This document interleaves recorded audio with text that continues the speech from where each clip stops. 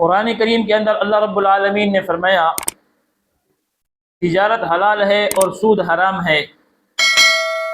جو شخص تجارت کرتا ہے اللہ رب العالمین کی مدد اس کے ساتھ ہے۔ تجارت کرنے والوں کے لیے رسول اکرم صلی اللہ علیہ وسلم نے دعائیں فرمائی۔ خود رسول اللہ صلی اللہ علیہ وسلم تجارت فرمایا کیا کرتے تھے،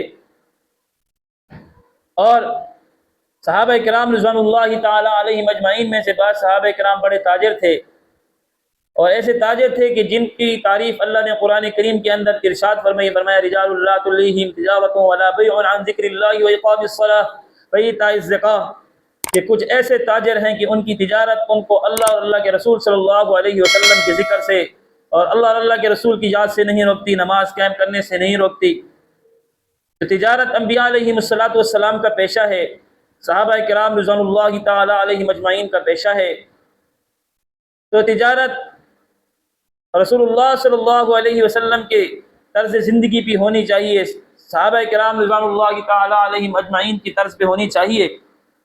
آج کل کی تجارت کے اندر دھوکہ دہی، فراڈ یہ عام ہو چکا ہے، جس کی وجہ سے برکت ختم ہو گئی۔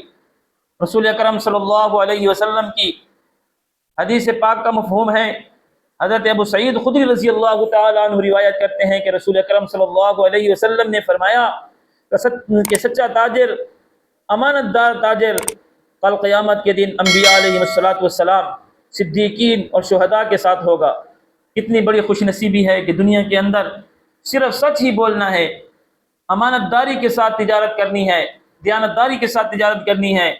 تو جو بندہ امانت داری کے ساتھ تجارت کرے گا، اپنی تجارت کے اندر جھوٹ کی ملاوٹ نہیں ہوگی، دغا بازی دھوکہ بازی نہیں ہوگی، دنیا کے اندر اللہ رب العالمین برکت والے انعام سے نوازیں گے کہ تھوڑا ہوگا لیکن برکت ہوگی، اور کل قیامت کے دن اللہ اتنا بڑے اس سچے تاجر کو انعام عطا فرمائیں گے کہ اللہ اس کو جہاں انبیاء علیہ الصلاۃ والسلام کی کرسیاں ہوں گی، جہاں صدیقین کی کرسیاں ہوں گی، جہاں شہداء اور صالحین کی کرسیاں ہوں گی، تو انہی کے ساتھ اس سچے تاجر کی کرسی بھی ہوگی۔ کتنی خوش نصیبی ہے کہ قیامت کے دن اللہ رب العالمین ان بزرگ ہستیوں کے ساتھ اس کا حشر فرمائیں گے۔